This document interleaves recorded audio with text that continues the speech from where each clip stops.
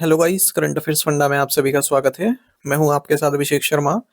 और आज के इस वीडियो सेशन में हम जनवरी महीने के जितने भी banking and economic awareness questions हैं उन्हें डिटेल एक्सप्लेनेशन के साथ देखने वाले हैं। तो अंत तक आप इस वीडियो को जरूर देखिएगा, काफ़ी कुछ आपको जानने के लिए मिलेगा। और इस सीरीज का ये पार्ट फर्स्ट है। दो दो पार्ट्स में हम हर महीने को कवर करेंगे। बैंकिंग एंड इकोनॉमिक अवेयरनेस के सभी न्यूज़ उसमें हम पढ़ने वाले हैं। तो पहला क्वेश्चन है हमारा, विच बैंक इंट्रोड्यूस द गज क्रेडिट कार्ड? गज क्रेडिट कार्ड किस बैंक ने शुरू किया? सही आंसर ऑप्शन डी है, आईडीएफसी फर्स्ट बैंक। तो आईडीएफसी फर्स्ट बैंक ने गज क्रेडिट कार्ड लॉन्च किया है। इससे पहले ये अश्व और मौर्य नाम से भी अपने क्रेडिट कार्ड लॉन्च कर चुका है।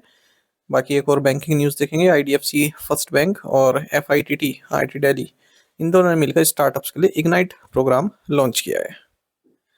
Third Third party application provider approval from NPCI enables Rediff.com India Limited to roll out which platform? NPCI से थर्ड पार्टी एप्लीकेशन प्रोवाइडर की मंजूरी मिलने से Rediff.com India Limited किस प्लेटफॉर्म को लॉन्च कर सकेगी?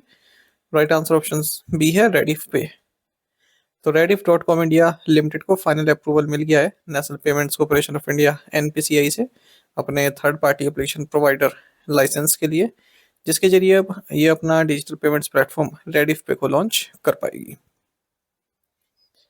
एक और न्यूज़ देखें। आर्यमान फाइनेंशियल सर्विसेज लिमिटेड की जो सब्सिडरी है आर्यमान फाइनेंस इंडिया लिमिटेड, इसे सर्टिफिकेट ऑफ रजिस्ट्रेशन प्राप्त हो चुका है रिजर्व बैंक ऑफ इंडिया से और अब ये एनबीएफसी के तौर पर कार्य कर सकेगी। What was the index of industrial production growth rate for November 2025? नवंबर 2025 के लिए औद्योगिक उत्पादन सूचकांक की वृद्धि दर क्या थी? राइट आंसर ऑप्शन सी है, 6.7%। तो इंडेक्स ऑफ इंडस्ट्रियल प्रोडक्शन का क्विक एस्टिमेट रिलीज कर दिया गया है। हर महीने की 28 को किया जाता है और जो आईआईपी ग्रोथ रेट रही है नवंबर 2025 के लिए वो 6.7% रही, जो कि 0.4% थी अक्टूबर 2025 में। बाकी 3 सेक्टर में ग्रोथ देखने की मिली है, माइनिंग में, मैन्युफैक्चरिंग में और इलेक्ट्रिसिटी में। और जो क्विक एस्टिमेट है आईआईपी का नवंबर 2024 के लिए वो 148.1 था। India has surpass which country to become the world's fourth largest economy? Bharat किस देश को पीछे छोड़कर विश्व की चौथी सबसे बड़ी अर्थव्यवस्था बन गया है? राइट आंसर ऑप्शन है, जापान। तो भारत ने जापान को पीछे छोड़ दिया, वर्ल्ड की फोर्थ लार्जेस्ट इकोनॉमी बन गया है। भारत की economy size 4.18 trillion US dollar पहुंच चुकी है और जर्मनी को पीछे छोड़कर थर्ड लार्जेस्ट इकोनॉमी बन जाएगा 2030 तक, ऐसा बताया जा रहा है। साथ ही भारत वर्ल्ड की फास्टेस्ट ग्रोइंग मेजर इकोनॉमी भी है। 2025-26 में भारत की जो रियल जीडीपी ग्रोथ थी वो 8.2% रही 2025-26 के सेकेंड क्वार्टर में, और फर्स्ट क्वार्टर में 7.8% थी। अच्छा, जो लास्ट फिस्कल हमारा था उसके फोर्थ क्वार्टर में 7.4% थी। 2030 तक भारत की जो जीडीपी है वो 7.3 ट्रिलियन यूएस डॉलर तक भी पहुंच जाएगी। यूएस वर्ल्ड की लार्जेस्ट इकोनॉमी आप सभी जानते हैं, दूसरे नंबर पर चाइना आता है। अच्छा, वर्ल्ड बैंक ने भी 6.5% प्रोजेक्ट किया है 2026 में भारत की जीडीपी, और मूडीज ने भी 2026 के लिए 6.4 और 2027 के लिए 6.5 प्रिडिक्ट किया। आईएमएफ ने 6.6% बताया है 2025 के लिए, 6.2 बताया है 2026 के लिए। ओईसीडी ने 6.7% बताया 2025 के लिए और 2026 के लिए 6.2%। एसएनपी ने भी 6.5% बताया है करंट फिस्कल ईयर के लिए, 6.7% बताया अगले फिस्कल ईयर के लिए। एशियन डेवलपमेंट बैंक ने 7.2% बताया, फिच ने 7.4% बताया है। What is the global rank of reserve bank of India in terms of total assets? कुल परिसंपत्तियों के संदर्भ में भारतीय रिजर्व बैंक की वैश्विक रैंकिंग क्या है? राइट आंसर ऑप्शन डी है, 7th। तो बैंक फॉर इंटरनेशनल सेटलमेंट्स ने अपनी क्वार्टरली लिस्ट जारी की है। वर्ल्ड के जो सेंट्रल बैंक है उनकी रैंकिंग हासिल बताई है टोटल एसेट्स के हिसाब से। Largest assets European central bank for the euro area के पास है 7.13 ट्रिलियन यूएस डॉलर। फिर पीपल्स बैंक ऑफ चाइना है दूसरे नंबर पर, फिर यूनाइटेड स्टेट्स फेडरल रिजर्व है, और फिर स्विट्जरलैंड है चौथे नंबर पर। अपना रिजर्व बैंक ऑफ इंडिया 7वें नंबर पर है 911 बिलियन यूएस डॉलर के साथ। The government has extended safeguard duties on imports of certain steel products for how many years? केंद्र सरकार ने कुछ इस्पात उत्पादों के आयात पर सुरक्षा शुल्क कितने वर्षों के लिए बढ़ाया? राइट आंसर ऑप्शन डी है, 3 ईयर्स। तो गवर्नमेंट ने जो सेफगार्ड ड्यूटीज हैं जो हम स्टील प्रोडक्ट्स इंपोर्ट करते हैं उन्हें और 3 साल तक के लिए बढ़ा दिया। जैसे हम चाइना से लेते हैं तो पहले 12% की लगाई गई थी 200 दिन के लिए अप्रैल में, और अब ये अप्रैल 2028 तक रहेगी effective. What is the name of the podcast series launched by the RBI? RBI द्वारा शुरू किए गए पॉडकास्ट श्रृंखला का नाम क्या है? राइट आंसर ऑप्शन डी है आरबीआई टॉक्स पैसा टू पॉलिसी। तो मॉनेटरी पॉलिसी स्टेटमेंट जो 6 दिसंबर 2024 को लॉन्च किया गया था आरबीआई द्वारा, उसमें उन्होंने अनाउंस किया था कि हम पॉडकास्ट भी ऐड करेंगे पब्लिक के साथ जोड़ने के लिए। तो उसी सीरीज में रिजर्व बैंक ऑफ इंडिया ने एक पॉडकास्ट सीरीज लॉन्च किया जिसका टाइटल है आरबीआई टॉक्स पैसा टू पॉलिसी, और पहले एपिसोड का टाइटल रहा डिमिस्टिफाइंग KYC. Which bank announced that Hardeep Singh Ahluwalia has been given the additional charge of MD and CEO? तो कैनरा बैंक ने घोषणा की है कि हरदीप सिंह अहलुवालिया को एमडी और सीईओ का अतिरिक्त प्रभार दिया गया है, और ये इसलिए दिया गया है क्योंकि जो इनके एमडी एंड सीईओ थे के सत्यनारायण राजू, ये रिटायर हो चुके हैं। कैनरा बैंक का हेडक्वार्टर्स बेंगलुरु में, आप जानते ही हैं, और अन्निम्बल सुब्बा राव पाई द्वारा इसकी स्थापना की गई थी 1906 में। Which bank appointed Karthikeyan Manickam as its chairman? तो ईसेफ स्मॉल फाइनेंस बैंक ने कार्तिकेयन मनिकम को अपना अध्यक्ष नियुक्त किया है। ईसेफ स्मॉल फाइनेंस बैंक का हेडक्वार्टर्स त्रिशूर केरल में। Starting February 1st, but GST tax slab will be applied to bidis and tobacco products. 1 फरवरी से बीड़ी और तंबाकू उत्पादों पर 18% और 40% जीएसटी लगेगा। 18% बीडीज पर और 40% अदर्स पर 1 फरवरी से। तो वही बताया यहाँ पर, देखो जो पान मसाला सिगरेट टोबैको सिमिलर प्रोडक्ट्स इनको 40% लगेगा, और जो बीडीज है उन पे 18%। Which bank has launched the capital gains account scheme? So ICICI bank ने कैपिटल गेन्स अकाउंट स्कीम शुरू की है, और रेजिडेंट इंडिविजुअल्स और हिंदू अनडिवाइडेड फैमिलीज के लिए अवेलेबल है। जल्दी जो नॉन इंडिविजुअल्स हैं और एनआरआईज हैं उनके लिए भी लॉन्च की जाएगी। 2 तरह की है, एक तो CGAS टाइप 1 है सेविंग अकाउंट, दूसरी है type B term deposit account. What was the total number of urban cooperative banks in India at the end of financial 25? वित्त वर्ष 2025 के अंदर भारत में शहरी सहकारी बैंकों की कुल संख्या 1457 थी। आंसर है ऑप्शन सी। तो अर्बन कोऑपरेटिव बैंक्स की संख्या में डिक्लाइन देखने को मिला है। फाइनेंशियल 25 में इनकी संख्या 1457 थी, क्योंकि कई बैंकों का मर्जर हुआ है, कुछ के लाइसेंस कैंसिल हुए हैं। ऐसा आरबीआई की जो report on trend and progress of banking India है उसमें बताया गया है। नई लाइसेंस देना तो बंद कर दिया है आरबीआई ने 2004 से ही। 7 मर्जर्स हुए अर्बन कोऑपरेटिव बैंक्स के 2025 में, 6 महाराष्ट्र में और 1 तेलंगाना में। Which financial institution has agreed to extend rupees 4,100 crore to the Telangana government for phase 1 of Musi River Development Project? तो एशियन डेवलपमेंट बैंक ने मूसी नदी विकास परियोजना के प्रथम चरण के लिए तेलंगाना सरकार को 4100 करोड़ रुपए देने पर सहमति जताई है। मूसी रिवर अनंतगिरी हिल से निकलती है और उस्मान सागर हिमायत सागर रिजर्वायर की ओर बहती है। What was the total amount of monetary penalties imposed by the RBI on the scheduled commercial banks in calendar year 2025? वर्ष 2025 में आरबीआई द्वारा अनुसूचित वाणिज्यिक बैंकों पर लगभग 27 करोड़ रुपए मौद्रिक दंड लगाए गए, पेनल्टीज लगाई गई 27 करोड़ रुपए तक की, और 40 बार ऐसे इंस्टेंस हुए जहां आरबीआई ने पेनल्टी लगाई है। सबसे ज्यादा लगाई है जम्मू एंड कश्मीर बैंक पर, single largest penalty 3.31 crore rupees की। प्राइवेट सेक्टर पर 16.28 करोड़ रुपीस की पेनल्टी लगाई है। प्राइवेट सेक्टर बैंक जो आते हैं, पब्लिक सेक्टर बैंक पर अगर हम टोटल देखें तो 8.78 करोड़ रुपीस की पेनल्टी लगाई है। पब्लिक सेक्टर में स्टेट बैंक ऑफ इंडिया पर लगी सबसे ज़्यादा पेनल्टी 1.72 करोड़ रुपीस की। फॉरेन बैंक्स में भी लगी, जैसे HSBC पर लगी 66.60 लाख रुपीस की। फिनो पेमेंट्स बैंक पर भी लगी 29.60 लाख की। जन स्मॉल फाइनेंस बैंक पर भी लगी 1 करोड़ रुपए की। Under the amended RBI directions, what risk weight is applicable to certain infrastructure loans by NBFCs? RBI के संशोधित निर्देशों के तहत गैर वित्तीय कंपनियों द्वारा दिए गए इंफ्रास्ट्रक्चर ऋणों पर 75% जोखिम भार लागू होता है।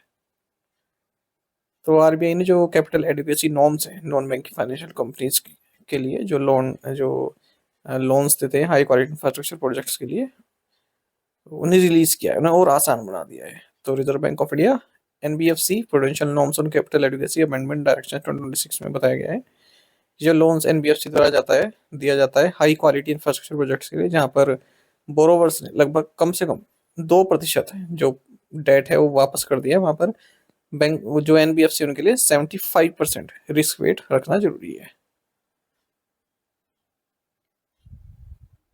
Where was the first meeting of the payments regulatory board held? भुगतान नियामक बोर्ड की पहली बैठक हुई है मुंबई में, ठीक है। और संजय मल्होत्रा जो कि गवर्नर है आरबीआई के, इनकी अध्यक्षता में हुई है। जो पेमेंट एंड सेटलमेंट एक्ट 2007 है उसमें अमेंडमेंट के बाद ये पेमेंट रेगुलेटरी बोर्ड की स्थापना की गई थी। 9 मई 2025 को इस सत्र में आया है। और आरबीआई द्वारा इसकी अध्यक्षता की जाती है। इसमें 2 एडिशनल आरबीआई रिप्रेजेंटेटिव्स होते हैं, 3 सेंट्रल गवर्नमेंट नॉमिनीज होते हैं। इससे पहले board for regulation and supervision of payment and settlement system हुआ करता था, उसे रिप्लेस किया इसने।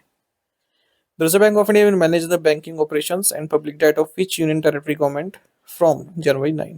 भारतीय रिजर्व बैंक 9 जनवरी से किस केंद्र शासित प्रदेश के बैंकिंग संचालन और सार्वजनिक ऋण का प्रबंधन करेगा? सही आंसर ऑप्शन डी है, government of NCT of Delhi. तो रिजर्व बैंक ऑफ इंडिया ने एक एग्रीमेंट साइन किया है आरबीआई एक्ट 1934 के तहत government of national capital territory of Delhi के साथ। और जितने भी बैंकिंग बिजनेस हैं दिल्ली सरकार के, उन्हें आरबीआई देखेगा। What is the amount of monetary penalty imposed by the RBI on संख्या financial services private limited Mumbai?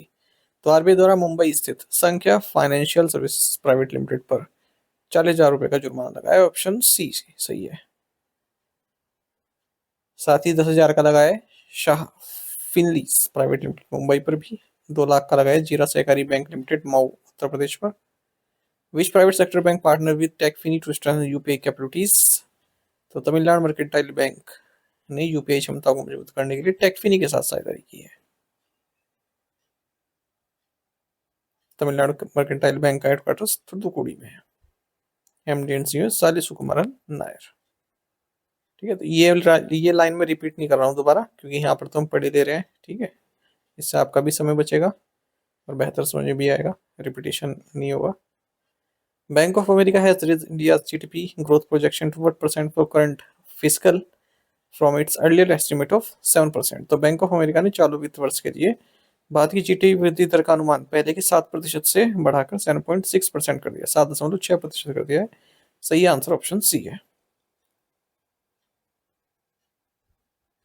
2027 के लिए 6.8% कर दिया है। The Indian economy is likely to grow by 6.9% in fiscal year 2026-27. Indian ratings and research projected. तो Indian ratings and research के अनुमान के अनुसार वित्त वर्ष 2026-27 में भारतीय अर्थव्यवस्था में 6.9% की वृद्धि हुई है। Which company has become the first payments company in India, the Middle East, APAC, and South Africa to achieve an ISO IEC 42001 certification? तो भारत, मध्य पूर्व, एशिया प्रशांत और दक्षिण अफ्रीका में ISO IEC 42001 प्रमाणन प्राप्त करने वाली पहली भुगतान कंपनी बन गई है financial software and systems. Which bank has launch the 04x diamond reserve credit card? तो आईडीएफसी फर्स्ट बैंक ने 04x diamond reserve credit card launch किया। Who has been appointed as the Chief Executive Officer of HSBC Private India Private Bank? HSBC private bank के मुख्य कार्यकारी अधिकारी के रूप में नियुक्त किया गया है इडा लियू को।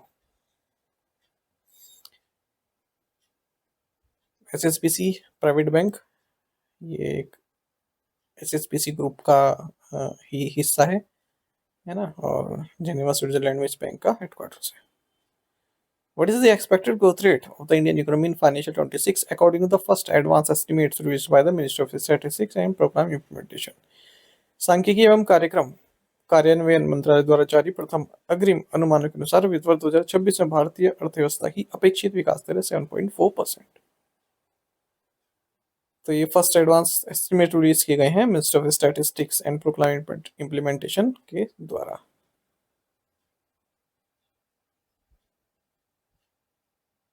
तो पढ़ लेना आप, है ना, ये मैंने बता दिया आपको।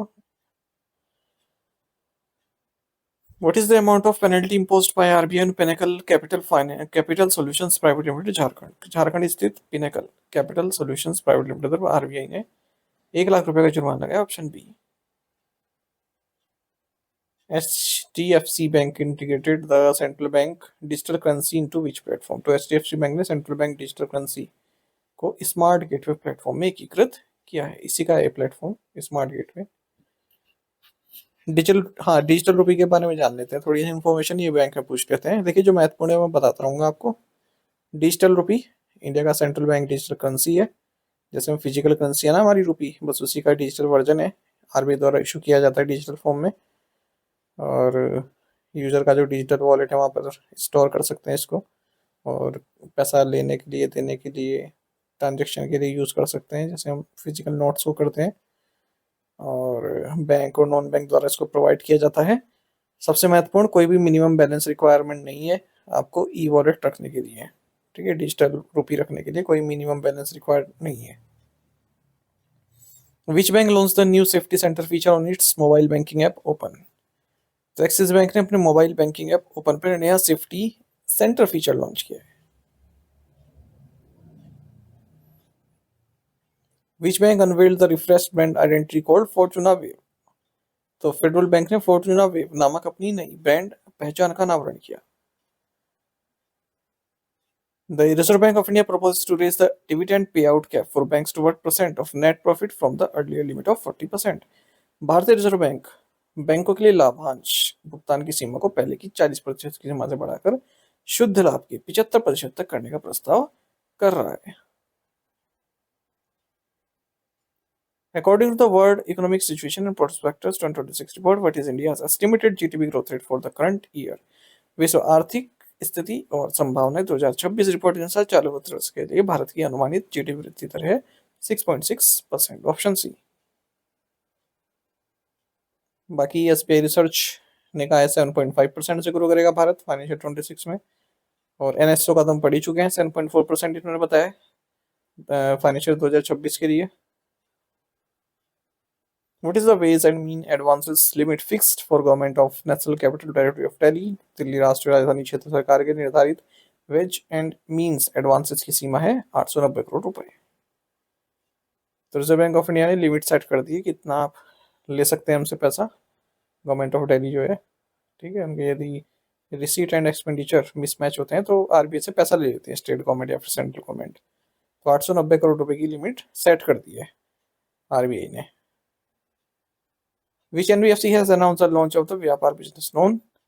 सो एक्सिस फाइनेंस लिमिटेड ने व्यापार बिजनेस लोन शुरू करने की घोषणा की है।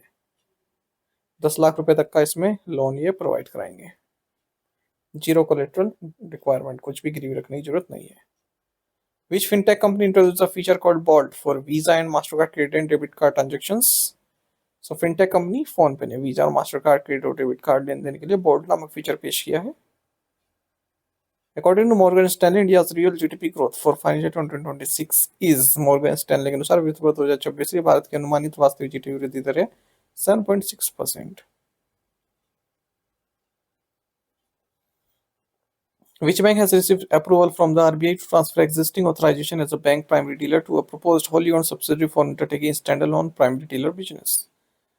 सो बैंक ऑफ बड़ौदा को आरबीआई से बैंक प्राइमरी डीलर के रूप में मौजूदा प्राधिकरण को प्रस्तावित पूर्ण स्वामित्व वाली सहायक कंपनी को हस्तांतरित करने की मंजूरी मिल गई है। Which company has received RBI approval to operate as an offline and cross-border payment aggregator? तो पेजी को आरबीआई से ऑफलाइन और क्रॉस बॉर्डर पेमेंट एग्रीगेटर के रूप में काम करने की मंजूरी मिली है। और ऐसे ही क्रॉस बॉर्डर पेमेंट प्लेटफॉर्म है स्काईडू, इसे फाइनल ऑथराइजेशन मिल गया आरबीआई से कि भी पेमेंट एग्रीगेटर क्रॉस बॉर्डर के तौर पर कार्य कर सकता है। Which company has been awarded the contract to deploy a digital investment platform for India Post Payment Bank? India post payment bank के लिए डिजिटल निवेश प्लेटफॉर्म को स्थापित करने का अनुबंध किस कंपनी को दिया गया? राइट आंसर ऑप्शन डी है, choice wealth. Where was the third annual global conference of the College of Supervisors of the RBI held? RBI के कॉलेज ऑफ सुपरवाइजर्स का तीसरा वार्षिक वैश्विक सम्मेलन आयोजित किया गया है मुंबई में। ठीक है, और थीम रहा regulation and supervision adopting adapting to the digital age. इसको इनॉग्रेट किया गया आरबीआई गवर्नर संजय मल्होत्रा द्वारा। Which bank has become the first Gramin bank in India to introduce the solar powered ATM van? तो भारत में सौर ऊर्जा से चलने वाली एटीएम वैन शुरू करने वाला पहला ग्रामीण बैंक बन गया त्रिपुरा ग्रामीण bank. Which is the year-on-year inflation rate based on the All India Consumer Price Index for December 2025? Akhil Bharatiya उपभोक्ता मूल्य सूचकांक के आधार पर दिसंबर 2025 के लिए वार्षिक मुद्रास्फीति दर क्या रही? सही आंसर ऑप्शन सी है 1.33%। और year on inflation rate based on all India consumer food price index दिसंबर 2025 के लिए -2.71% रही है। हेडलाइन इन्फ्लेशन 0.76% रही दिसंबर 2025 के लिए, जबकि नवंबर के लिए 0.10% थी। टॉप 5 मेजर स्टेट देखें जहां per year on year inflation सबसे ज्यादा थी दिसंबर 2025 में। Kerala, Karnataka, Andhra Pradesh, Tamil Nadu and Jammu and Kashmir. यदि हमारी daily current affairs PDF, weekly PDF, monthly PDF और हर महीने के banking and economic awareness PDF चाहते हैं तो करंट अफेयर्स फंडा का वन मेंबरशिप प्लान आप ज्वाइन कर सकते हैं, जिसका लिंक आपको वीडियो के डिस्क्रिप्शन में या फिर फर्स्ट कमेंट में मिल जाएगा। आपको बता दें इस वन मेंबरशिप प्लान के तहत जितना भी हमारा पीडीएफ कंटेंट है वो हम आपको 1 साल तक के लिए प्रोवाइड कराते हैं, जिसे आप डाउनलोड कर सकते हैं, प्रिंट आउट भी निकलवा सकते हैं। इसके लिए चाहे तो आप करंट अफेयर्स फंडा ऐप को यूज़ कर सकते हैं या फिर अपने लैपटॉप या सिस्टम से वेब लॉगिन भी कर सकते हैं।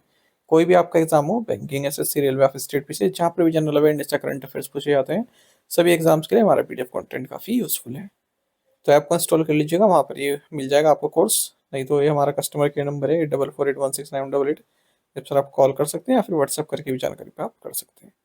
साथ ही में टेलीग्राम पर ज्वाइन करना ना भूलें, करंट अफेयर्स फंडा नाम से हमारा टेलीग्राम चैनल है। यहाँ पर हम रेगुलर वीडियो अपडेट्स और करंट क्विज आप सभी के लिए डालते रहते हैं। साथ ही डिस्कशन ग्रुप में आप किसी भी क्वेश्चन का सोल्यूशन पा सकते हैं। बैंकिंग अवेयरनेस का दूसरा पार्ट भी चलता जाएगा, उसे भी आप जरूर देख लीजिएगा।